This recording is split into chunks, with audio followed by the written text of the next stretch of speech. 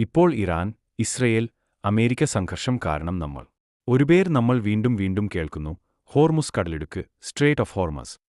ലോകത്തിലെ ഏറ്റവും പ്രധാനപ്പെട്ട എണ്ണ ഗതാഗത മാർഗങ്ങളിൽ ഒന്നാണിത്. ഇവിടെ എന്തെങ്കിലും സംഭവിച്ചാൽ ലോകമെമ്പാടും ഇന്ധനവിലയ്ക്ക് ആഘാതമുണ്ടാകും. പക്ഷേ ഒരു നിമിഷം ചിന്തിച്ചിട്ടുണ്ടോ, ഈ ഹോർമുസ് എന്ന പേരിന്റെ അർത്ഥം എന്താണ്? ഇത് ഒരു സാധാരണ പേരല്ല.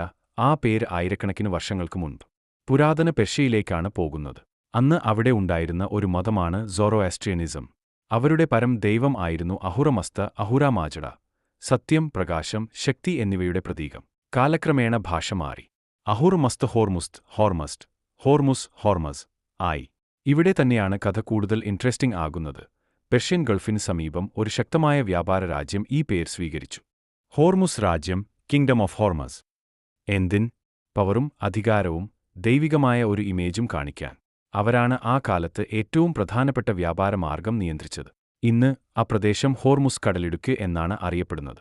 ഇന്നും ലോകത്തിലെ ഏറ്റവും പ്രധാനപ്പെട്ട ചോക്ക് പോയിന്റുകളിൽ ഒന്നാണ് ഇത്.